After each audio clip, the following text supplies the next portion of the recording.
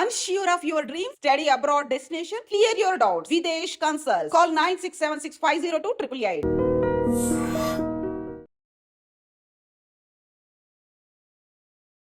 Super success కొట్టారు. Thanks అండి. And ఎలా అనిపిస్తుంది? చాలా రోజుల నుంచి ఈ డే గురించి వెయిట్ చేస్తున్నా. థియేటర్లకి తండోపతండాలుగా వస్తున్నారు జనాలు. Great thing. ఆ ఫేజ్లో ఉన్నప్పుడు నాని గారి నుంచి మీకు ఫోన్ వచ్చింది, వెళ్ళారు, హాఫ్ అన్ అవర్ మాట్లాడారు. అసలు ఏం మాట్లాడారు? ఒక క్లుప్తంగా చెప్పాలంటే జరిగిన ప్రతి విషయం నా కంట్రోల్లో, నా వల్ల జరిగింది అన్న రెస్పాన్సిబిలిటీ నేను తీసుకోకపోతే ఐఎమ్ ప్రౌడ్ ఆఫ్ శైలేష్ అని చెప్పారు. ఇది మన టీం డెలివర్ చేసినప్పుడు దాంట్లో ఇంకో కిక్ ఉంటుంది కదా. అవును. అంటే మీరు ఈ కాల్ వాంటెడ్గా తీసుకున్నారా? అంటే హిట్ 1కి హిట్ 2కి పోలిస్తే హిట్ 3 కాస్త డిఫరెంట్గా ఉండాలి అని చెప్పి ఈ కాల్ వాంటెడ్గా తీసుకుంటున్నాను. ఎందుకంటే ఎక్కడో తెలియకుండా మనమే ఈ యూనివర్స్ని ఇలానే ఉండాలరా, ఈ లోపల యూనివర్స్ లోపల ఉండే సినిమాలని ఏదైతే ఒక అజంప్షన్ ఫామ్ అవుతుంది కదా, అది బ్రేక్ చేయాలన్న ఛాలెంజ్ మీదకి వెళ్ళాము. ఇలానే నేను నెక్స్ట్ చేయబోయే హిట్ 4లో కూడా హిట్ 1, హిట్ 2, హిట్ 3 లాగా ఉండదు. Hit 4 very high emotional emotion. But అదే టైంలో అతని బిహేవియర్ వల్ల మనకి ఫన్ జనరేట్ అవుతుంది. సో ఈ క్యాల్కులేషన్ రాసుకోవడానికి ఎలాంటి హోంవర్క్ చేశారు? అంటే మన గ్రూప్లో ఎప్పుడు ఒక షార్ట్ టెంపర్ ఉంటుంది తెలుసా. ఆడు చేసేవన్నీ ఫనీగా అనిపిస్తుంది, కానీ వాడు మాత్రం ఫుల్ కోపంగా ఉంటుంది. దాన్ని ఒక కేసు ఇన్వెస్టిగేషన్లో కలిపినప్పుడు వచ్చే fun and case investigation details రెండు కలిపి ఒక ఫస్ట్ హాఫ్ రీడ్ చేసుకుంది. That is what I wanted to. నేను నరేట్ చేయాలి అనుకున్న ఒక కథ అది. ఫస్ట్ ఒక సినిమా కథ రాయాలని మీరు డిసైడ్ అయిన తర్వాత why Nani? Budding film makers ఎవరిని అడిగినా ఒకటే ఆన్సర్ ఇస్తారు, మనం రాసేది ఏదైనా పుల్ ఆఫ్ చేయగలుగుతారు అన్న ఒక యాక్టర్నే కదా మనం ఇమాజిన్ చేసుకొని రాస్తాం. నాని ఇప్పుడు ఇక్కడికి వస్తాడు, నాని వచ్చి ఇది చేస్తాడు అని నానితోనే కథ చెప్పుకుంటూ ఉంటారు. Hi, welcome to I dream. టాలీవుడ్లో హెచ్ఐటి ఫ్రాంచైజీకి ఉన్న ఆ క్రేజ్ కానీ ఆ రీచ్ కానీ ప్రత్యేకించి మనం చెప్పుకోవాల్సిన అవసరం లేదు. ఈ నేపథ్యంలోనే the HIT third case movie రీసెంట్గా రిలీజ్ అయ్యి సూపర్ సక్సెస్ కొట్టింది. ఇప్పుడు ఆ చిత్ర డైరెక్టర్ మనతో పాటు ఉన్నారు, శైలేష్ కొలన్ గారు. ఆయన అడిగి మరిన్ని విశేషాలు తెలుసుకుందాం. శైలేష్ గారు నమస్తే అండి. ఆయన సార్, ముందుగా మీకు బెస్ట్ విషెస్, శుభాకాంక్షలు. సూపర్ సక్సెస్ కొట్టారు. థ్యాంక్స్ అన్న. అండ్ ఎలా అనిపిస్తుంది? చాలా హ్యాపీగా ఉందన్న. అంటే చాలా రోజుల నుంచి ఈ డే గురించి వెయిట్ చేస్తున్నా. సో ఫైనలీ ఇప్పుడు థియేటర్స్లో ఆడియన్స్ ఇలా సినిమాని ఎంజాయ్ చేస్తూ చూడడం, అండ్ అసలు థియేటర్లకి తండోపతండాలుగా వస్తున్నారు జనాలు. Which is a great thing. చాలా చాలా హ్యాపీగా ఉంది. అండ్ నాకు చాలా ఇష్టమైన నాని సార్కి ఒక మంచి సినిమా డెలివర్ చేశానన్న సాటిస్ఫాక్షన్ అయితే సూపర్, వెరీ హ్యాపీ. అండ్ మనం సినిమా విశేషాల్లోకి వెళ్ళే ముందు ఒక ఫేజ్ గురించి మాట్లాడుకుందాం. సైంధవ్ మూవీ మీరు అనుకున్నంత రీచ్ కానప్పుడు ఒక మంచి, అంటే ఒక బాధాకరమైన అదొక ఫేజ్ అనమాట మీది. ఆ ఫేజ్లో ఉన్నప్పుడు నాని గారి నుంచి మీకు ఫోన్ వచ్చింది, వెళ్ళారు, హాఫ్ అన్ అవర్ మాట్లాడారు. అసలు ఏం మాట్లాడారు? ఇది బయట ఇక్కడ దిమ్మ ఉంది కదా, ఇక్కడే కూర్చొని మాట్లాడాం. ఓకే, చాలా పర్సనల్ థింగ్స్లే కానీ, బట్ ఒక క్లుప్తంగా చెప్పాలంటే ఆ మీటింగ్ అయిపోయిన తర్వాత నేను రియలైజ్ అయింది ఏంటంటే, సైంధవ్ అనే ప్రాజెక్ట్లో జరిగిన ప్రతి తప్పు నా వల్ల జరిగిందని నేను నమ్ముతేనే దానికంటే బెటర్ సినిమా తీయగలుగుతాను అన్నది నేను రియలైజ్ అయ్యా రోజు. ఓకే, అక్కడ ఏమేమి మాట్లాడాం అన్నది it is a very personal thing, కానీ అన్ని డీటెయిల్స్ నేను చెప్పలేను మీకు. అంటే మిమ్మల్ని ఏం మోటివ్ చేశారని అంతే. ఒక బ్రదర్ యంగర్ బ్రదర్తో ఏం మాట్లాడతారో ఆ టైప్లో మాట్లాడారు ఆ రోజు, అంతే. That much I can tell you. Okay, but end of it నాకు అర్థమైంది ఏంటంటే, నేను జరిగిన ప్రతి విషయం నా కంట్రోల్లో, నా వల్ల జరిగింది అన్న రెస్పాన్సిబిలిటీ నేను తీసుకోకపోతే నేను ఎక్కడైతే ఉన్నానో దానికంటే బెటర్ సినిమా నేను డెలివర్ చేయలేను అన్న విషయం గ్రహించేలాగైతే చేశారు ఆ రోజు. So that's super sir. అంటే అక్కడి నుంచి ఈ సూపర్ సక్సెస్ కొట్టిన తర్వాత ఈ 2-3 డేస్లో మీకు వచ్చిన బెస్ట్ కాంప్లిమెంట్ ఏంటి? ఎవరి నుంచి వచ్చింది? ఎవరిది కాదు, నాకు only thing that matters to me is, మొన్న ప్రెస్ మీట్ జరుగుతున్నప్పుడు నాని బ్రో పక్కన కూర్చొని మొత్తం అయిపోయిన తర్వాత ఒకసారి ఇట్లా చేయబెట్టి I'm proud of you and I'm proud of Shailesh అని చెప్పారు. సూపర్. చాలు. అంటే నేను చాలా ఎమోషనల్ అయ్యా ఆ టైంలో, కానీ బట్ నేను సైలెంట్గా తలకాయించుకొని కూర్చున్నా. బట్ ఆ డెప్త్ అంటే నాకు తెలుసు. అంటే ఆల్మోస్ట్ లైక్ అది ఒక జెర్సీ మూమెంట్ లాగా నాకు అరవడం ఒకటే తక్కువ, కానీ బట్ నాకు చాలా ఇష్టమైన మనిషి, నన్ను నమ్మిన మనిషి, end of the journey I'm proud of you అని అన్నప్పుడు అది nothing can beat that. And మీరు ఆ జర్నీ చూసారా? ఫస్ట్ హిట్ మూవీ అయిపోయిన తర్వాత, సార్ మూవీ చూసిన తర్వాత యూ అరైవ్డ్ శైలేష్ అని చెప్పి ఒక కాంప్లిమెంట్ ఇచ్చారు. అవునవును, ఐఎమ్ ప్రౌడ్ ఆఫ్ యూ అనే రేంజ్కి ఇప్పుడు వచ్చారు. ఇది ఒక కంప్లీట్ జర్నీ లాగా అనిపిస్తుంది. అంటే Nani bro is like my elder brother. అంటే ఆయన ఆయన వ్యాలిడేషన్ నాకు చాలా ఇంపార్టెంట్. నేను ఏ సినిమా చేసినా ఆయన ఆయన ప్రౌడ్గా ఫీల్ అవ్వాలి అని అయితే చాలా చాలా ఆశగా ఉంటుంది లోపల. అండ్ నేను అసలు ఇండస్ట్రీలోకి వచ్చింది ఫస్ట్ టైం ఒక కథ పట్టుకొని వచ్చింది అవును, నాని సార్తో చేయాలని. వద్దాం దాని దగ్గరికి కూడా వద్దాం. యా, సో అక్కడి నుంచి ఇవాళ ఒక నిజంగానే ఒక సినిమా చేసి అండ్ ఆ సినిమా ఇంత పెద్ద సక్సెస్ అయ్యి ఆయన కెరియర్లో బిగ్గెస్ట్ ఓపెనింగ్ అంటున్నారు. So many things are happening. అవును, సో చాలా చాలా హ్యాపీగా ఉంది. అండ్ బిగ్గెస్ట్ ఓపెనింగ్ అన్నారు కాబట్టి ఒక క్వశ్చన్, ఫస్ట్ డే చాలా రోజుల తర్వాత థియేటర్కి వెళ్తే బయటికి వెళ్ళడానికి స్కోప్ లేదు, లోపలికి రావడానికి స్కోప్ లేదు, మొత్తం జామ్ థియేటర్స్ అన్ని. అండ్ అంటే ఇది ఎందుకు అడుగుతున్నానంటే మీరు ఒక మాట అన్నారు అనమాట, మాది 18+ మూవీ అండ్ కొంచెం ఈ మాసు కానీ లేకపోతే క్రైమ్ కానీ ఎక్కువ ఉంటుంది అని చెప్పేసి అన్నారు. బట్ మీకు తెలుసా ఫ్యామిలీస్ ఎగబడుతున్నాయి థియేటర్. మీరు గమ్మత్తైన విషయం యాక్చువల్గా రమ్మంటే జనాలు థియేటర్కి రారు, మీరు వద్దంటే వస్తున్నారు. అలా అని కాదంటే నాకు తెలిసి ఏం చేసామంటే బిగినింగ్ నుంచి చాలా ప్యాకేజింగ్ చాలా స్మార్ట్గా చేసిన ప్రాజెక్ట్. అంటే ఇది ఎవరు చూస్తే ఎంజాయ్ చేస్తారో వాళ్ళు చూస్తే కరెక్ట్ ప్లేస్కి వెళ్ళి ల్యాండ్ అవుద్దని బిగినింగ్ నుంచి నమ్మాం. సో అది చాలా ఆనెస్ట్గా చెప్పాం ఫస్ట్ నుంచి. ఇది డెఫినెట్లీ చిన్నపిల్లలు చూడకూడదు, అదైతే మీరు సినిమా చూసి మీకు అర్థమైపోయింది. అందులో ఉన్న బ్లడ్, గోరు, ఫౌల్ లాంగ్వేజ్ అంతా తీసుకుంటే. బట్ ఎవరైతే సినిమాని ఒక ఆ లెవెల్ ఆఫ్ వైలెన్స్, ఆ level of detailing, gore detailing ఏదైతే ఉందో దాన్ని హ్యాండిల్ చేయగలిగే వాళ్ళు చూడండి అని చాలా ఆనెస్ట్గా చెప్పాం. లుక్స్ లైక్ అందరూ చూస్తున్నారంటే అందరూ లైక్ చేస్తున్నారనే కదా. మేము అంటే ఫీల్డ్లో ఉండి పబ్లిక్ టాకులు తీసుకొని ఆడియన్స్తో మాట్లాడాం కాబట్టి మా పర్సనల్ ఫీలింగ్ చెప్తున్నాం. అక్కడ ఫేస్ చేసింది లేడీస్కి నచ్చుతుంది. వాళ్ళు నాని గారిని ఇలా చూడాలని మేము అనుకుంటున్నాము. వాళ్ళు చెప్పేది ఏంటంటే ఇది కరెక్ట్ నాని అని చెప్పి అంటున్నారు అనమాట. చాలా వైల్డ్గా ఉన్నారు అందరూ. బట్ వెరీ హ్యాపీ అన్న. అంటే ఇన్ టైం ఒక థియేటర్స్ మళ్ళీ ఒక యూనో అంత కళకళలాడుతుంటే చాలా హ్యాపీగా ఉంది యాక్చువల్లీ.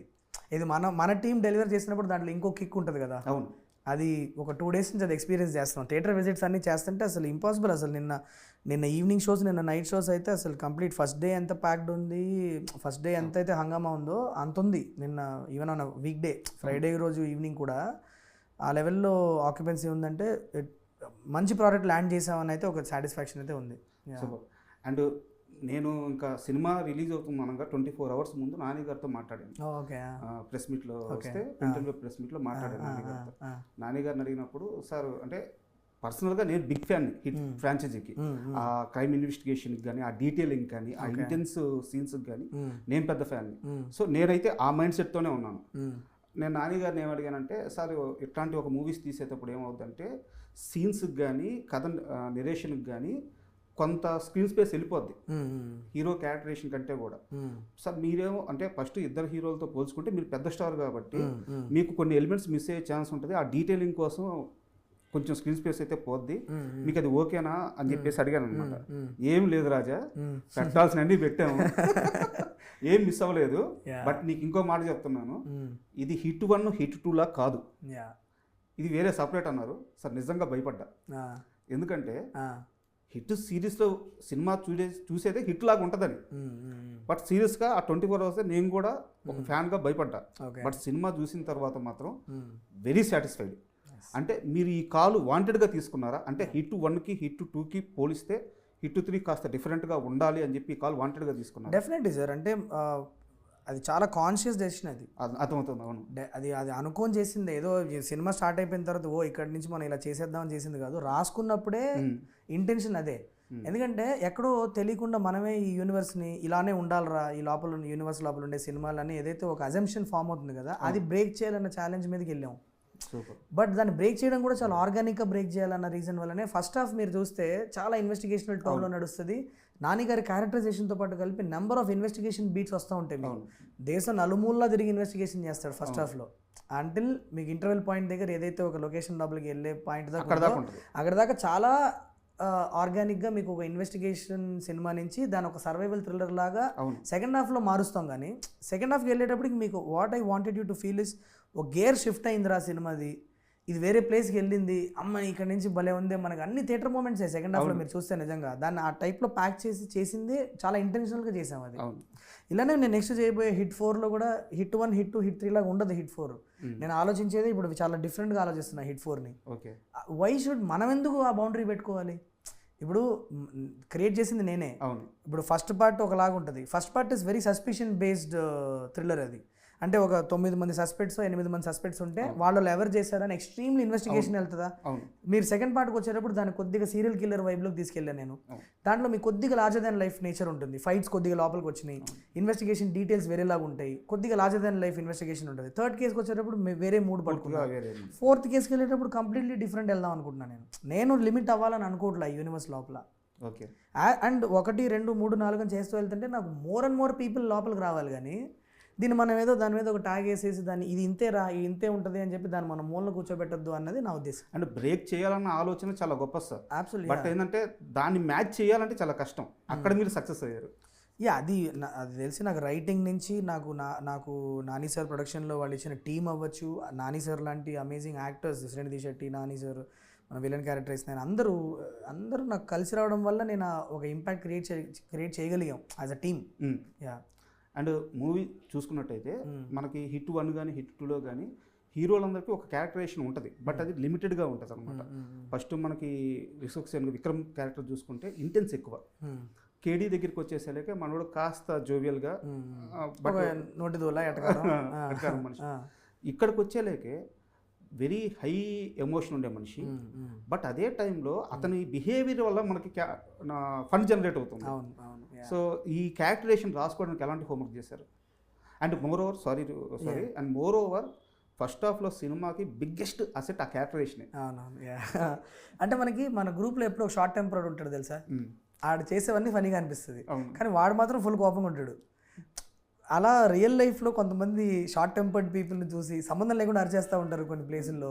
వాళ్ళకంటూ కొన్ని ఇన్సెక్యూరిటీస్ ఉంటాయి, వాటన్నింటినీ చాలా సీరియస్గా తీసుకొని బతికేస్తూ ఉంటారు లైఫ్. అలాంటి ఒక క్యారెక్టర్ని పెడితే చాలా ఫన్ జనరేట్ అవుద్ది అని ఒక ఇంటెన్షనల్గా రాసినదే. So that was a homework with did. అంటే ఒక 45-year-old గై, ఆడికి ఇంకా పెళ్ళి అవ్వలేదు, ఆడి లైఫ్లో ఇంకా ఏది హ్యాపెనింగ్ లేదు. ఆ ఫ్రస్ట్రేషన్లో ఉన్నోడు మెల్లిగా బీపీ వచ్చేసింది, ట్యాబ్లెట్లు వేసుకోవాల్సిన పరిస్థితి, ఇవన్నీ జరుగుతున్నాడు లైఫ్లో ఉండే ఫ్రస్ట్రేషన్స్, వాడికి ఉండే ఇన్సెక్యూరిటీస్ ఏముంటాయి, దాన్ని ఒక కేసు ఇన్వెస్టిగేషన్లో కలిపినప్పుడు వచ్చే fun and case investigation details రెండు కలిపి ఒక ఫస్ట్ హాఫ్ వీవ్ చేసుకున్నాం. చాలా సూపర్. అండ్ విలన్ విషయానికి వస్తే సార్, అతని ఐడియాలజీ చాలా క్రూయల్గా ఉంది. బట్ అతని క్యారెక్టరేషన్ మీరు ఎస్టాబ్లిష్ చేయలేదు. అతనికి ఒక బ్యాక్ స్టోరీ లేదు, ఒక ఐడియాలజీ మాత్రమే ఉంది. ఐడియాలజీ అంత క్రూరంగా ఉన్నప్పుడు మనం ఎందుకు బ్యాక్ స్టోరీ ఎస్టాబ్లిష్ చేయాలని చెప్పి వాంటెడ్గా ఆ డిసిషన్ తీసుకొని ఇలా డ్రైవ్ చేశారా, లేదంటే అసలు బ్యాక్ స్టోరీ పెట్టకూడదు, ఎందుకు పెట్టాల్సిన అవసరం ఉందనుకో? లేదు, నేను యాక్చువల్లీ బ్యాక్ స్టోరీ నేను చాలా ఇంటెన్షనల్గానే పెట్టలే ఈ సినిమాలో. ఎందుకంటే మనం చెప్పేదే 150 మంది 160 మంది సీరియల్ కిల్లర్లు కలిసి ఏదో చేస్తున్నారని చెప్తున్నాం. ఇప్పుడు ఎవరు బ్యాక్ స్టోరీ చెప్తారు? ప్రతి ఒక్కరికి ఒక రీజన్ ఉంటుంది అక్కడ. అలాంటప్పుడు నాకు అనిపించింది ఏంటంటే వీళ్ళందరినీ కలిపే ఫిలాసఫీ గురించి మాట్లాడితే వాళ్ళు చేసే ఒక క్రూరమైన ఒక పనికి ఒక జస్టిఫికేషన్ దొరుకుతుందని నేను దాని మీద టైం స్పెండ్ చేశాను. నేను యాక్చువల్లీ చెప్పాలంటే ఆ తీసుకున్న 5-6 నిమిషాల్లో నేను విలన్ బ్యాక్ స్టోరీ కూడా చెప్పే అవకాశం నాకు ఉంది. కానీ ఎందుకు నేను ఆయన బ్యాక్ స్టోరీ చెప్పలేదంటే అక్కడ ఉన్న వాళ్ళందరికీ ఉన్న ఒక కామన్ ఫిలాసఫీ ఏంటి, ఆ ఫిలాసఫీ గురించి మాట్లాడదాం అని చెప్పి. అందుకే ఆ విలన్ క్యారెక్టర్ చెప్తాడు, నీకు వేరే రీజన్, నాకు వేరే రీజన్, మనందరికి వేరే వేరే రీజన్, కానీ మనందరినీ కలిపేది ఏంటి అని అన్నప్పుడు అసలు ఈ గ్రూప్ ఫిలాసఫీ ఏంటో మీకు అర్థం అవుద్ది. Towards end of the film మనం వాళ్ళ మోటివేషన్ ఏంటో కూడా మనం చెప్పాం. అవును, that is what I wanted to, నేను నరేట్ చేయాలి అనుకున్న ఒక కథ అది. సో నాకు ఈ సినిమాలో నాకు విలన్ బ్యాక్ స్టోరీ చెప్పడం వల్ల కథ మారదనిపించింది. మనం చేయబోయే ప్రొసీడింగ్స్ ఏవైతే ఉన్నాయో అవి మారవనిపించింది. మరి అలాంటప్పుడు నేను ఎందుకు కట్ చేసి మళ్ళీ వెనక్కి తీసుకెళ్ళి మీకు బ్యాక్ స్టోరీ చెప్పాలి? ఫ్లోకి డిస్టర్బెన్స్ కూడా అవ్వచ్చు, డిస్టర్బెన్స్ కూడా అయ్యే ఛాన్సెస్ ఉన్నాయి. ఇప్పుడు మీరు అడుగుతున్నారు, బట్ చేసి నేను ఒక 5 నిమిషాలు పెడితే నా ఎమోషన్ ఇక్కడ ఉంది కదా, అక్కడికి ఎందుకు తీసుకెళ్తున్నావు అని అడిగే వాళ్ళు కూడా ఉంటారు. నాకు జెన్యున్గా యాజ్ అ రైటర్ నాకు అది అవసరం లేదు అనిపించింది కాబట్టి నేను దాని లోపలికి వెళ్ళాను. నేను ఎందుకు అడిగానంటే ఈ సోకాల్ రివ్యూస్ ఎవరైతే ఉన్నారో వాళ్ళు 2-3 దీన్ని కోట్ చేశారు. సో మేకర్స్ నుంచి నేను ఆ డిసిషన్ ఆడియన్స్కి ఇవ్వాలని చెప్పి అడిగాను క్వశ్చన్. రివ్యూస్ని అసలు పట్టించుకోవడమే మానేశాను నేను యాక్చువల్లీ. అండ్ మీ దృష్టిలో రివ్యూస్ పైన మీ అభిప్రాయం ఏంటి? ఏం పెద్ద అభిప్రాయం లేదు నాకు actually, to be very honest. అంటే ఒకప్పుడు చాలా సీరియస్గా సినిమా రిలీజ్ అయిన తర్వాత వెళ్ళి ఓపెన్ చేసి రివ్యూలు అవి చూసేవాళ్ళం, కానీ ఇప్పుడు ఎక్కడ మ్యాక్సిమం థియేటర్లో ఆడే సినిమాలు అన్నిటికీ బ్యాడ్ రివ్యూలు ఇస్తున్నారు. వాళ్ళు ఇచ్చే రివ్యూలకి, మంచి రివ్యూలు ఇచ్చే సినిమాలకి ఏమో ఆడియన్స్ కనిపించట్లేదు. సో ఏంటి అంటే ఎక్కడున్నాం అన్నది క్లారిటీ లేనప్పుడు ఇంక నాకు దానికి పెద్ద ఇంపార్టెన్స్ ఇవ్వాలని అనిపించలే. అండ్ ఆల్సో అది ఒక రేస్ అయిపోయింది ఇప్పుడు. ఉమ్, ఇప్పుడు ఏమైందంటే, ఇప్పుడు నేను సినిమా తీసా, సంవత్సరం పాటు కష్టపడి ఒక సినిమా తీసా. సరే. నువ్వు పొద్దున్న 8:30 షో చూస్తున్నావు, ఓకేనా? 11 వరకు షో అవుద్ది. నువ్వు దాబా ఊరుక్కుంటే ఇంటికి వెళ్తున్నావు, బైక్ కారు వేసుకొని ఫాస్ట్గా వెళ్ళిపోయి గబగబా కెమెరాలు సెటప్ చేసుకొని నా సినిమా గురించి ఒక గంట సేపు కూడా ఆలోచించకుండా రివ్యూ ఇచ్చేస్తున్నావు. ఎందుకు? ఫాస్ట్గా ఇవ్వాలి. ఇంకోటి ఇచ్చేస్తే వాడికి వ్యూస్ ఎక్కువ వెళ్ళిపోతాయి, లైక్స్ ఎక్కువ వెళ్ళిపోతాయి అని చెప్పేసి దబ ఆ రేస్లో ఉన్నారు. ఇంకా రేస్లో ఉన్నప్పుడు క్వాలిటీ ఎలా వస్తుంది? నేను 4 రోజుల్లో సినిమా తీస్తే ఎలా ఉంటుందో నువ్వు గంటలో రివ్యూ ఇస్తే అలానే ఉంటుంది. So it is gone to that point now where there is no. ఒకప్పుడు వచ్చేవి రివ్యూస్, చాలా మంచి రివ్యూస్, అంటే నిజంగా ఒక విశ్లేషకులు నా సినిమా గురించి ఏం మాట్లాడుతున్నారా అని వినే ఇంట్రెస్ట్ ఉండేది మాకు. ఇప్పుడు ఇట్స్ బికమ్ అ రేస్. అంటే ఒకరిని గట్టిగా తప్పుగా మాట్లాడి తిడితే వ్యూస్ వస్తాయి అని తెలుసుకొని ఒక అన్ఈవెన్ లాంగ్వేజ్ వాడడం, అన్వాంటెడ్గా పీపుల్ని హర్ట్ చేసే భాష వాడడం, ఇవన్నీ చేస్తున్నారు. అది it's become some very unwanted thing అయిపోవడం వల్ల పెద్దగా చాలామంది film makers also we're disconnecting from all that. మేము చూడట్లేదు అసలు. అండ్ ఈ హిట్ మూవీ సక్సెస్ ఇవన్నీ కాస్త పక్కన పెడితే అసలు మంచు లక్ష్మి గారితో ఎలా పరిచయం సార్ మీకు? లక్ష్మి గారు యాక్చువల్లీ నేను ఆప్టోమెట్రిస్ట్గా ఎల్వి ప్రసాద్లో పనిచేస్తున్నప్పుడు మేము ఐ డొనేషన్ క్యాంపెయిన్ ఒకటి మేము రన్ చేసాం. నేను మా క్లాస్మేట్స్ అందరం కలిసి వరల్డ్ ఆప్టోమెట్రీ డే అని ఆ రోజు ఒక నేత్రదానం గురించి అందరూ యూనో మనం చనిపోయినప్పుడు మన కళ్ళు హైదరాబాద్లో చనిపోయినప్పుడు మన కళ్ళు మనతో పాటు మట్టిలో కలిసిపోకూడదు, వేరే వాళ్ళకి ఉపయోగపడుతుంది కాబట్టి అందరూ ఈ ఆర్గన్ డోనర్ కార్డ్ సైన్ చేసి నేత్రదానం చేయడానికి ముందే ప్లెడ్జ్ చేసి పెట్టుకుంటే చాలా మందికి అవాయిడబుల్ బ్లైండ్నెస్ అనేది మనకు హెల్ప్ చేయొచ్చు అని ఒక అవేర్నెస్ ప్రోగ్రామ్ చేసి ఆ 1 డేలో మేము ఆల్మోస్ట్ ఒక 1000 పీపుల్ని కన్విన్స్ చేసి వాళ్ళని యూనో ఐ డొనేషన్ ప్లెడ్జ్ చేసేలా చేసాం. సో ఆ స్పెసిఫిక్ ప్రోగ్రామ్కి అంబాసిడర్గా మేము లక్ష్మి గారిని ఇన్వైట్ చేసాం అనమాట. అప్పుడు వాళ్ళు కొడతారో ఉలికి పడతారో షూటింగ్లో ఉన్నప్పుడు నేను వెళ్ళి ఇన్వైట్ చేశాను. సో అప్పుడు that is the first time we met. అక్కడి నుంచి నాకు వాళ్ళ ఫ్యామిలీలో ఎప్పుడన్నా ఐ రిలేటెడ్ ప్రాబ్లమ్స్ ఉన్నా, ఎవరికైనా ఏమన్నా కంటికి సంబంధించిన ప్రాబ్లమ్స్ ఉన్నా నాకే ఫోన్ చేసేవాళ్ళు. So we use to be in touch like that. నేను సిడ్నీ షిఫ్ట్ అయ్యాక కూడా ఇక్కడ ఎల్వి ప్రసాద్లో ఎవరికి ఏమైనా కావాలన్నా నేనే ఆర్గనైజ్ చేయడం అలా పరిచయం నాకు లక్ష్మి గారు. ఆ పరిచయం నాని గారి దగ్గరికి ఎలా డ్రైవ్ చేసింది? ఒకరోజు అయితే ఎప్పుడో నేను ఇండియా బయలుదేరి వస్తుంటే, ఏంటి ఇండియా ఎందుకు వస్తున్నావు అని అడిగారు సరదా. మామూలుగా మాట్లాడతా ఇట్లా నేను కథ చెప్పడానికి వస్తున్నాను అని అంటే, ఎలా అపాయింట్మెంట్ ఉందా ఏంటి? ఏ అపాయింట్మెంట్ ఏం లేదు, నేను ఆఫీస్ బయటకు వెళ్ళి కూర్చుంటాను, పిలిస్తే వెళ్ళి చెప్దాం అనుకుంటున్నాను. ఆఫీస్కి వచ్చి ఇక్కడికి వచ్చి నించుందాంలే, చెప్దాము ఇట్లా సిడ్నీ నుంచి ఫ్లైట్ పట్టుకొని వచ్చారు అని చెప్దాము, ఎవరో ఒకళ్ళు వింటారు కదా అన్న ఒక ఉద్దేశంతో ఉంటే, then she help me meetup, I will make a phone call అని చెప్పి టక్కున ఫోన్ చేస్తే then I got in touch with Nani. And ఇప్పుడు మీ విషయంలో లక్ష్మి గారు ఎలా ఫీల్ అవుతున్నారు? I keep talking to her. She's very proud of me. Like I feel all I have is gratitude for her, because ఆ టైంలో ఆ ఒక్క చిన్న ఫోన్ కాలే it makes a huge difference కదా. ఖచ్చితంగా. యా అండ్ మీరు సిడ్నీలో ఉన్నప్పుడు ఒక 2 షార్ట్ ఫిల్మ్స్ చేశారు. అండ్ ఇక్కడ మీరు ఇంటర్లో ఉన్నప్పుడు అనుకుంటా ఒక షార్ట్ ఫిల్మ్ కూడా చేశారు. సో ఇవన్నీ బాగానే రీసెర్చ్ చేశారన్న మీరు. ఇవన్నీ ఓకే. ఫస్ట్ ఒక సినిమా కథ రాయాలని మీరు డిసైడ్ అయిన తర్వాత వై నానినే ఎందుకు? అంటే నాకు తెలిసి ఇది బడ్డింగ్ ఫిల్మ్ మేకర్స్ ఎవరిని అడిగినా ఒకటే ఆన్సర్ ఇస్తారు, మనం రాసేది ఏదైనా పుల్ ఆఫ్ చేయగలుగుతారు అన్న ఒక యాక్టర్నే కదా మనం ఇమాజిన్ చేసుకొని రాస్తాం. అంతే. అలాంటి కోవకు చెందిన ఒక యాక్టర్ నాని. సో ఖచ్చితంగా చాలామంది యంగ్ ఫిల్మ్ మేకర్స్ వాళ్ళు ఫస్ట్ టైం కథ రాసుకున్నప్పుడు సంహౌ నాని గారిని ఇమాజిన్ చేసుకొని రాస్తారు. నాకు చాలామంది నా సర్కిల్లో కూడా చాలామంది budding film makers, budding writers ఉంటారు కదా, వాళ్ళు చెప్పడమే నాని ఇప్పుడు ఇక్కడికి వస్తాడు, నాని వచ్చి ఇది చేస్తాడు అని నానితోనే కథ చెప్పుకుంటూ ఉంటారు. It's because he uses that kind of energy. Okay. And మామూలుగా ఎక్కడైనా సరే ఫిలిం అంతా నేర్చుకొని, ఫిలిం మేకింగ్ అంతా నేర్చుకొని ఆ వర్క్ కోసం ప్రసాద్ ల్యాబ్కి వెళ్తారు. మీకు ప్రసాద్ ల్యాబ్ వర్క్ నేర్పించి ఇండస్ట్రీకి పంపించింది. మా డాడీ ప్రసాద్ ల్యాబ్లో పనిచేసేవాళ్ళు. నేను 8th 9th టైంలో ఉన్నప్పుడు డాడీ ప్రసాద్ ల్యాబ్లో అవుట్డోర్ యూనిట్ మేనేజర్ అనమాట. సో స్కూల్ ఏమో శ్రీనగర్ కాలనీలో ఉండేది. సో నేను ఇక్కడికి వచ్చి డాడీ దగ్గర వెయిట్ చేసేవాడిని. తర్వాత చేతక్లో తీసుకెళ్ళేవాళ్ళు నన్ను ఇంటికి. సో నేను స్కూల్ అయిపోయేది నాకు 3:20 or 3:30 స్కూల్ అయిపోయేది. డాడీ ఆఫీస్ ఏమో 6 o'clock అయ్యేది. సో నేను ఇక్కడికి వచ్చి కూర్చునేవాడిని. అరౌండ్ ఒక 2 hours ఉండేది మధ్యలో. ఆ 2 hours నేను అక్కడ లాన్లో, ప్రసాద్ ల్యాబ్లో లాన్లో కూర్చునేవాడిని. లేదంటే ఎక్కడన్నా ఎడిట్ స్వీట్లోగో, లేకపోతే డబ్బింగ్ స్వీట్లోగో, లేకపోతే కలర్ కరెక్షన్ జరిగేటప్పుడు వెళ్ళడం, అట్లా వెళ్ళిపోయి అక్కడ టెక్నీషియన్స్ దగ్గర కూర్చునేవాడిని స్మాల్గా డబ్బింగ్ స్వీట్లోకి. సో చాలా రా ఫుటేజ్ చూసే ఆపర్చునిటీ అనమాట అది నాకు. సో అక్కడే నాకు చాలా లెర్నింగ్ జరిగింది. బట్ అప్పుడు నేను ఫిల్మ్ మేకర్ అవుతాను, అవన్నీ నేను ఇక్కడ వాడతాను అన్న విషయం నాకు తెలియదు. కానీ బేసిక్స్ అక్కడ నేర్చుకున్నాను నేను. అసలు ఫిల్మ్ మేకింగ్ అంటే ఏంటి, అసలు ఎలా చేస్తారు, ప్రాసెస్ ఏంటి అన్నది I learn it in Prasad lab. Yeah, చాలా అన్ఎక్స్పెక్టెడ్గా నేర్చుకుని అది ఇప్పుడు ఎలా పనికొస్తుంది. అండ్ మీకు ఇంటర్వ్యూ స్టార్టింగ్లోనే చెప్పాను మీ వర్క్కి నేను చాలా పెద్ద ఫ్యాన్ అని చెప్పేసి. థ్యాంక్స్. సో ఒక ఫ్యాన్గా నేను కొంచెం అదర్ సైడ్ క్వశ్చన్ కూడా అడుగుతాను. అంటే మిమ్మల్ని ఇబ్బంది పెట్టాలని కాదు. అయ్యో, నేను పండగ సీజన్లో సైంధవ్ మూవీకి వెళ్ళాను. Okay. Story wise I'm very satisfied. Okay. Okay. And making wise కూడా నెక్స్ట్ లెవెల్ మేకింగ్ అది. ఓకే. అంటే మీ హిట్ సిరీస్తో పోల్చుకుంటే కూడా మేకింగ్ వెరీ గుడ్. ఒక చిన్న డిసిషన్ నన్ను చాలా బాగా నిరాశకు గురి చేసింది. ఎవరి కోసం అయితే మూవీ అంతా డ్రైవ్ అవుతుందో, షో ఎంత డ్రైవ్ అవుతుందో ఆ పాప చనిపోద్ది. తెలుగు సినిమాలో వెంకటేష్ గారు లాంటి ఒక కమర్షియల్ హీరోని పెట్టుకొని ఏ పర్పస్ కోసం అయితే ఫైట్ చేస్తారో ఆ పర్పస్కి జస్టిఫికేషన్ లేకపోతే సినిమాకి మైనస్ అవ్వద్ది అనే ఆ థాట్ ఎందుకు రాలేదు? అంటే నేను కరెక్ట్ అని అనట్లేదు, ఆ విధమైన ఆలోచన ఏమైనా చేశారా అప్పుడు? లేదు, చాలా పెద్ద డిస్కషనే జరిగింది దీని మీద. బట్ నేను చాలా అడమెంట్గా ఉన్నా ఆ టైంలో. ఏంటంటే నాకు హీరో అనేవాడు నా థాట్ చెప్తున్నా, అది ఆబ్వియస్లీ అది ల్యాండ్ అవ్వలేదు కాబట్టి సినిమా వర్క్ అవ్వలేదు అని అనుకుంటే సారీ నేను ఇవన్నీ ఎత్తినందుకు పర్ల దాంట్లో ఉంది, నా సినిమానే కదా అది. సో నా స్ట్రాంగ్ ఆర్గ్యుమెంట్ ఏముండిందంటే that's what makes him a bigger hero.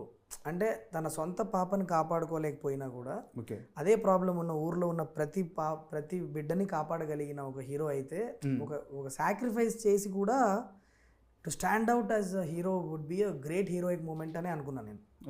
But అది ఎక్కడో నాకు తెలిసి lot of people appreciated me also for that. కొంతమందికి నచ్చలేదు, కొంతమందికి నచ్చింది కూడా ఆ concept. Somewhere majority of the పీపుల్కి నచ్చలేదు, ల్యాండ్ అవ్వలేదు, వెళ్ళేది. అది ప్రతి రైటర్కి ప్రతి డైరెక్టర్కి ఒక్కొక్కసారి మిస్ఫైర్ అవుతుంది. అదే ఒక థాట్ స్ట్రాంగ్గా నమ్మి డెఫినెట్లీ నేను చాలామంది నాకు చెప్పే ఒక విషయం ఏంటంటే నేను తప్పు చేసినా రైట్ చేసినా చాలా కాన్ఫిడెంట్గా చేస్తా. అది నా స్ట్రెంగ్త్ అని చెప్తారు. చాలా నేను జంకను. నాకు కరెక్ట్ అనిపిస్తే నాకు ఆ పాయింట్ ఆఫ్ టైంలో నాకు ఆ కథ కరెక్ట్ అని అనిపించింది. ఇవాళ కూడా ఐ స్టాండ్ బై దట్. నాకు ఆ పాయింట్ ఆఫ్ టైంలో ఆ కథకు అదే కరెక్ట్ అనిపించింది. ఓకే, అందుకే చేశా, కాన్ఫిడెంట్గా చేశా. ఆ తప్పైంది, అందుకే కాన్ఫిడెంట్గా రెస్పాన్సిబిలిటీ కూడా నేనే తీసుకున్నాను. ఇట్ ఈస్ నో బడీస్, అందులో ఎవరి ప్రమేయం లేదు. సైంధవ్ అనే సినిమాలో జరిగిన ప్రతి విషయం శైలేష్ అన్న ఒక వ్యక్తి డెసిషన్ తీసుకుంటేనే జరిగింది. కాబట్టి it is my baby, it is my responsibility. అది నేను చాలా క్లియర్గా ఉన్న విషయంలో. యా. అండ్ సైంధవ్ తరువాత అంటే అప్పట్లో అయితే మాకు న్యూస్ వచ్చింది, ఈవెన్ నేను కూడా రాసినట్టు నాకు గుర్తు, నాగార్జున గారితో ఒక మూవీ అవ్వాలి సైంధవ్ తర్వాత, ఆ తర్వాత హిట్ 3 అని చెప్పేసి ఒక టాపిక్. లేదండి, అసలు నాగార్జున గారిని అసలు యాక్చువల్లీ నేను కలవాలా. వేరే హీరోతో ఎవరన్నా ప్రాజెక్ట్ ఉండిందా సైంధవ్ తర్వాత? ఒక ప్రాజెక్ట్ అసలు actually I was just writing. నేను ఓన్లీ రైటింగ్ స్పీడ్. ఒక ఇంటర్వ్యూలో మీరు కూడా చెప్పారు సైంధవ్ అప్పుడు సైంధవ్ రిలీజ్ అవ్వలేదు, సైంధవ్ వర్క్లో ఉన్నారు, ఒక ఇంటర్వ్యూకి వచ్చారు. సైంధవ్ తర్వాత వేరే ప్రాజెక్ట్ ఉంది, దాని తర్వాత హిట్ 3కి వెళ్తానని. నో, సైంధవ్ తర్వాత హిట్ 3 ఇప్పుడు అప్పుడే అవుతుందని నేను అసలు ఎప్పుడు ఎక్స్పెక్ట్ చేయలేదు. నాన్నగారు కూడా చెప్పారు, చాలా అన్ఎక్స్పెక్టెడ్గా మాకు స్టార్ట్ అయిన ప్రాజెక్ట్ హిట్ 3 అనేది. Somehow the stars align for మీ. అన్నీ కలిసి వచ్చి నాకు కరెక్ట్ టైంకి నాని సార్ ఫిల్మోగ్రఫీలో ఒక 7-8 మంత్ గ్యాప్ దొరకడం, అదే టైంకి నా దగ్గర కథ రెడీగా ఉండడం, and there is a production that is readily available to do the film and all that. కాబట్టి నాకు కలిసి suddenly everything align for me and I got into HIT 3. HIT 3 was never suppose to happen immediately. But నాకు వేరే ఒక 2-3 projects అనుకున్నా సైంధవ్ తర్వాత. But because how Saindhav ఎక్కడైతే land అయిందో దాని తర్వాత నేను కూడా ఒకసారి మొత్తం రియలైజ్ చేసుకుందాం. ఇప్పుడు how do I approach my career అన్న క్లారిటీ అప్పుడు నాకు కూడా లేదు. సో నేను ఒక 3-4 months అందరినీ అసలు వదిలేయమని చెప్పాను. నేను సైలెంట్గా ఒక ఆఫీస్ వేసుకొని నా పాటికి నేను రాసుకుంటూ కూర్చున్నా. And I was bringing back discipline in to my life. I was trying to ఆ లో ఫేస్ నుంచి మళ్ళీ స్టార్ట్ పర్ఫార్మింగ్ ఫేస్కి వెళ్ళాలంటే కొన్ని జరగాలి. ఆ ఎనర్జీ పొందే ప్రాసెస్లోకి వెళ్ళిపోయాను నేను అప్పుడు. దాని మధ్యలో నాకు హిట్ 3 అన్న ఆపర్చునిటీ దొరకడంతో టక్మని ఇంకొక ఎనర్జీతో వెళ్ళి చేశాను. అండ్ వేరే విషయానికి వస్తే రమ్యకృష్ణ గారు అంటే మామూలుగా చాలా మంది హ్యూజ్ ఫ్యాన్స్ ఉంటారు అనమాట. జస్ట్ ఆమెను ఒకసారి చూస్తే చాలు అని చెప్పేసి మీరు ఏకంగా వెళ్ళి కిస్ చేసేసారంట. సార్ నేను చిన్న పిల్లోడు సార్ అప్పుడు. మీరు అంత బ్లంట్గా క్వశ్చన్ అడిగితే చాలా దరిద్రంగా ఉంటుంది. No, but it was when I was in that was 3rd standard అనుకుంటా, 2nd standard 3rd standardలో ఉన్నాను అప్పుడు. అమ్మోర్ సినిమా రిలీజ్ అయినప్పుడు కోట రామకృష్ణ గారు దగ్గర మా డాడీ పనిచేసేవాళ్ళు.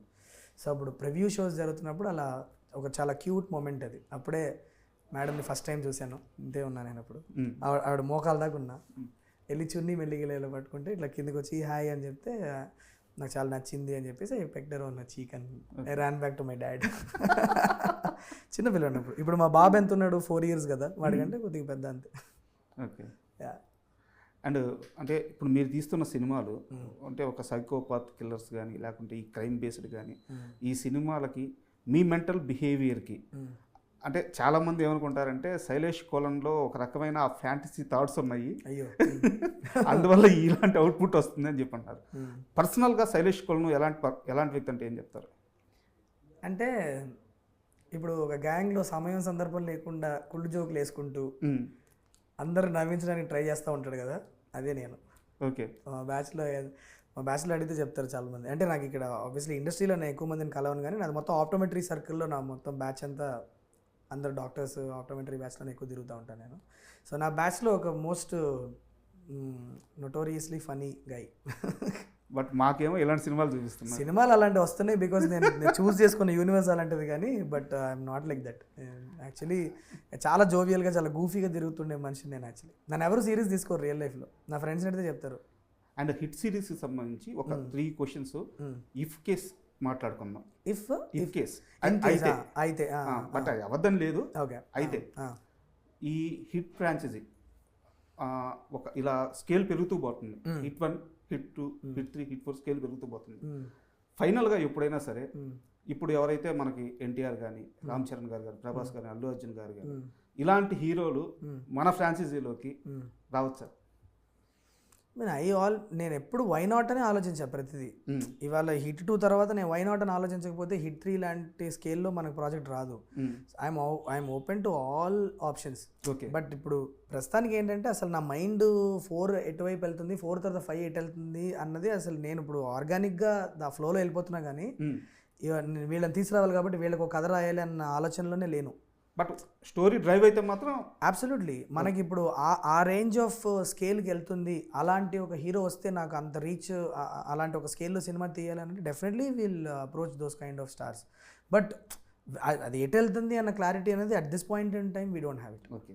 అండ్ ఇప్పుడు మనకి చాలా ఫ్రాంచైజీలు వచ్చినాయి. బట్ మీరు స్టార్ట్ చేసినప్పుడు తెలుగులో మీదే ఫస్ట్. తర్వాత ఇప్పుడు మనకి ప్రశాంత్ వర్మ గారిది వచ్చింది, మన శేషు గారిది ఉంది, గూఢచారి ఉంది.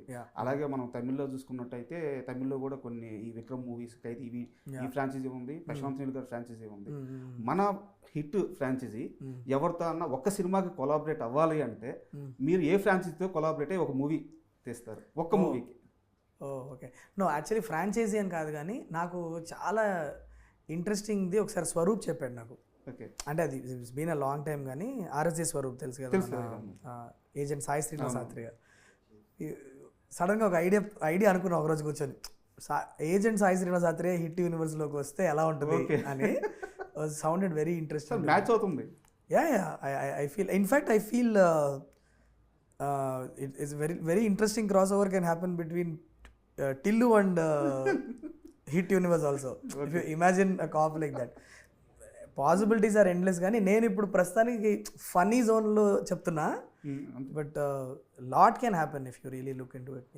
అండ్ ఇప్పుడు హిట్ సిరీస్ అయితే వెళ్తూ ఉంటుంది. అండ్ ఆల్రెడీ అయిపోయిన హిట్ 1 కానీ హిట్ 2 కానీ వీళ్ళతో మళ్ళీ విడిగా మూవీ అంటే ఈ యూనివర్స్ని డ్రైవ్ చేయడానికి స్టోరీ నేరేషన్ అయితే అవసరం అవుద్ది. సో విశ్వక్ గారితో మళ్ళీ ఇంకో సినిమా కానీ, కేడీ గారితో కానీ ఒక సినిమా కానీ, లేదా అందరినీ కలిపి ఒక సినిమా ఎలాగో ఉంటుంది. కరెక్ట్. ఆల్రెడీ అయిపోయిన ఈ ముగ్గురుతో మళ్ళీ ఒక విడి సినిమా ఉండే ఛాన్స్ ఉందా? విడి సినిమా ఉండే ఛాన్స్ అయితే I'm not looking at it like that. Okay. ఇక్కడ 4th కేస్ తర్వాత వచ్చే సబ్జెక్ట్స్ అన్నీ కూడా నేను మోస్ట్లీ క్రాస్ ఓవర్స్, ఒక చిన్న యూనో ఆ టైప్ ఆఫ్ జోన్లోనే అనుకుంటున్నాము. బట్ ఒక స్ట్రాంగ్ క్యారెక్టరైజేషన్తో పాటు ఒక స్ట్రాంగ్ పర్పస్తో వస్తాయి ఈ characters into what ever story మనం అనుకున్న కథ ఏదైతే ఉందో, చాలా స్ట్రాంగ్ పర్పస్, ఒక చాలా స్ట్రాంగ్ ఎపిసోడ్, ఆ టైప్ ఆఫ్ అప్రోచ్లో వెళ్దాం అని అనుకుంటున్నాం. ఒక క్యారెక్టర్ సినిమాని డ్రైవ్ చేస్తుంది, కానీ వెన్ అదర్ క్యారెక్టర్స్ కమ్ ఒక సాలిడ్ ఇంపాక్ట్ అండ్ ఒక కేమియోస్ లాగా జస్ట్ ఒక 2-3 minutes రావడం కాకుండా ఒక సాలిడ్ ఇంపాక్ట్తో తీసుకురావాలి వాళ్ళని అన్నది intention. And final question sir, ఈ మొత్తం హిట్ ఫ్రాంచైజీకి నానిగారు ఎలాగో బ్యాక్ బోన్, ఆయనే ఫేస్ ఆఫ్ ది హిట్, మీరు ఇవన్నీ కాకుండా బ్యాక్ సైడ్లో రాజమౌళి గారు ఇచ్చిన సపోర్ట్ అసలు అంటే ఆయన వచ్చిన ప్రతిసారి ఒక పాజిటివిటీ వస్తుంది. అండ్ ఫస్ట్ దానికి ఆయన చీఫ్ గెస్ట్గా వచ్చారు, అండ్ ఈజ్ ఆల్వేస్ బీన్ చాలా సపోర్టివ్గా అసలు ఈ యూనివర్స్ని ఎంత లైక్ చేస్తారంటే నాకు అంటే ఆల్మోస్ట్ అదే మొన్న ఫంక్షన్లో కూడా అదే అంటుండే, ఒక ఆస్థాన చీఫ్ గెస్ట్ అయిపోయారు మాకు ఆయన. చాలా ముచ్చటగా కనిపిస్తుంది ఆయన మాటల్లో మీ గురించి కానీ హిట్ సిరీస్ గురించి కానీ అది తెలుస్తుంది ఆయన మాట్లాడుతుంటే ఆయనకి యూనివర్స్ అంటే ఇష్టం అన్న విషయం చాలా క్లియర్గా కనిపిస్తూ ఉంటుంది. అండ్ మేము చాలా లక్కీ ఫీల్ అవుతూ ఉంటాను యాక్చువల్లీ అది ఆలోచించిన ప్రతిసారి. Okay, I feel very very blessed. Yeah. And ఫైనల్గా ఇంత పెద్ద సక్సెస్ కొట్టిన తర్వాత ఆడియన్స్ ఆ రిసీవ్నెస్కి ఆడియన్స్కి ఏం చెప్తారు? All I want to say is thanks a lot. అంటే నన్ను మళ్ళీ నమ్మినందుకు థ్యాంక్ యూ. అండ్ ఇంత సపోర్ట్ చూపిస్తున్నారు సినిమాకి. And you know it means a lot to me that you know you are liking my film. అండ్ ఇలానే కష్టపడుతూ ఉంటాను, మంచి సినిమాలు ఇవ్వడానికి ప్రయత్నం చేస్తూ ఉంటాను. Super sir. అండ్ ఇలాగే మీరు మంచి సినిమాలు తీయాలి, మరోసారి మనం ఇలాగే కూర్చొని ఇంటర్వ్యూ చేయాలి. And thank you. Thanks sir.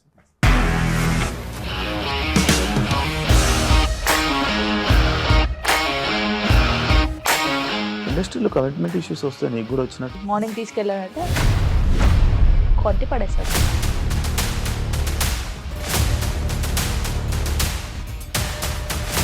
ఒక్కళ్ళు కూడా చూడలేదు ఈ సినిమా అని చెప్పడానికి కూడా చాలా ధైర్యం కావాలి. అది నిజం కదా, దాంట్లో ధైర్యం ఏంటి? ఇది నెక్స్ట్ డే ప్లేట్ మార్చేస్తే తప్పు కదా. As of now we're comfortable this అని నేను అనుకుంటున్నాను. రష్మిక గారిది మీది ఒకే ఊరు అంట కదా? నీకు కోపం వచ్చిందంటే బాగా తిట్టేత్తరా? తిట్టేద్దామండి. నిజంగా గేమ్ ని ఎలా చేంజ్ చేయగలిగారు? ఏపీఎస్ఎఫ్సి వాళ్ళకి 6 నెలల్లో నేను 6 లక్షలు కట్టా. బిజినెస్ చేయాలనుకుంటే it is as difficult as riding a tiger.